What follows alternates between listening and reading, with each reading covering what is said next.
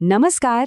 ચાલો આજે એક એવી કથામાં ડૂબકી મારીએ જેમાં એક નાનકડી નિર્દોષ લાગતી ભૂલનું પરિણામ એટલું મોટું આવે છે કે એક રાજકુમારીને પોતાનું આખું જીવન જ બદલી નાખવું પડે છે.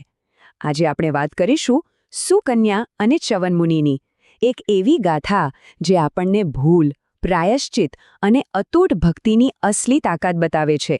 અને જુઓ, આ વાર્તાની ખાસિયત એ છે કે આ કોઈ સામાન્ય લોકકથા નથી.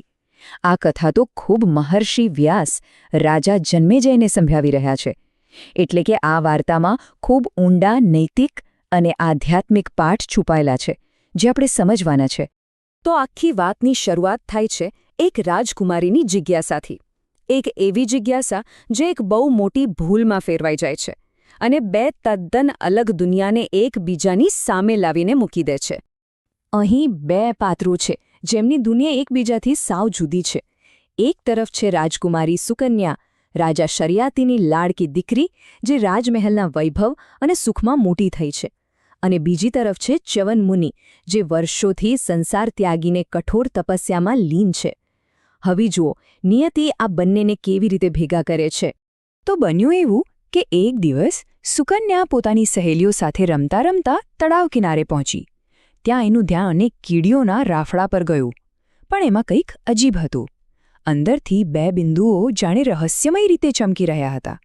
હલે એની બાળસહજ જિજ્ઞાસા જાગી. હવે તમે જ વિચારો, એ ચમકતી વસ્તુ શું હશે? કોઈ હીરા મોતી કે પછી કોઈ જાદુઈ જીવ? સુકન્યાના મનમાં પણ આવા જ સવાલો ઉઠ્યા હશે. અને અહીં આખી વાર્તા એક ભયંકર વળાંક લે છે. એ કોઈ રત્ન નહોતા. એ હતી ચ્યવનમુનિની આંખો, જે વર્ષોની તપસ્યાને કારણે તેજસ્વી બની ગઈ હતી.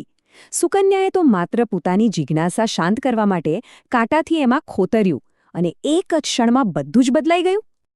હવે આટલી મોટી ભૂલ થઈ ગઈ તો એનું પરિણામ શું આવ્યું હશે? અને એક મહાન તપસ્વી ઋષિનો ગુસ્સો કેવો હોય છે? ચલો જોઈએ. ઋષિને જે દુઃખ થયું એની અસર ખાલી એમના પર જ ન પડી.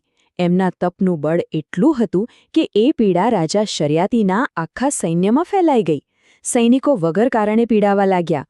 આ ઋષિના તપોબળનો જ પ્રભાવ હતો.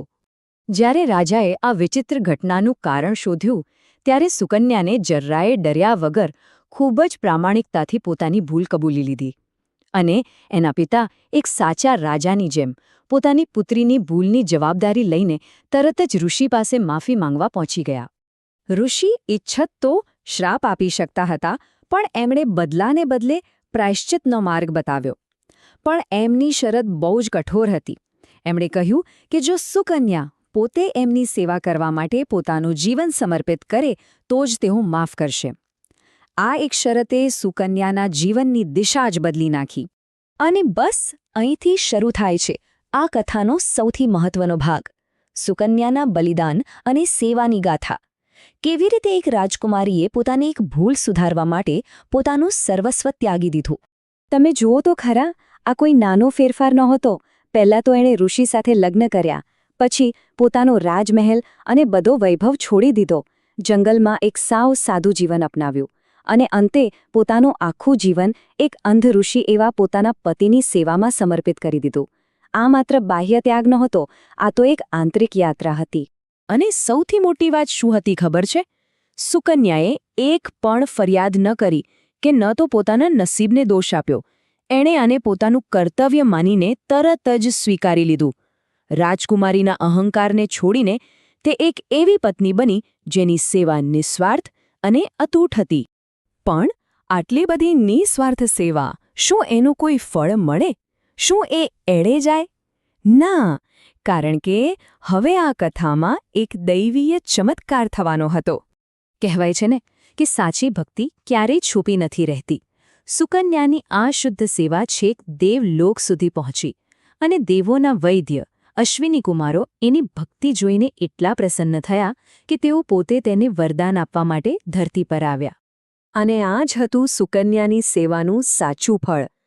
અશ્વિની કુમારોએ પોતાની દેવી શક્તિથી ચ્યવનમુનિને માત્ર એમની દ્રષ્ટિ જ પાછી ન આપી, પણ એમને ફરીથી યુવાન બનાવી દીધા.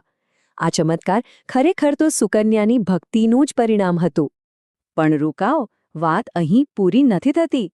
અશ્વિની કુમારોએ સુકન્યાની ભક્તિની પરીક્ષા લેવાનું નક્કી કર્યું. એમણે ચ્યવનમુનિ જેવા જ 2 રૂપ ધારણ કરી લીધા. હવે સુકન્યાની સામે 3 એકસરખા દેખાતા યુવાન પુરુષો ઊભા હતા. એ પોતાના સાચા પતિને કેવી રીતે ઓળખશે? આ હતી એની અસલી પરીક્ષા.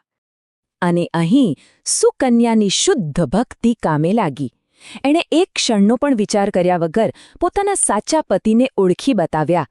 એણે સાબિત કરી દીધું કે એનું જોડાણ માત્ર બાહ્ય સેવા નહોતું, પણ આત્માથી હતું. અને આ કસોટીમાં એ સફળ રહી. પણ આ વાર્તાનો સૌથી શક્તિશાળી ભાગ તો હજી બાકી છે.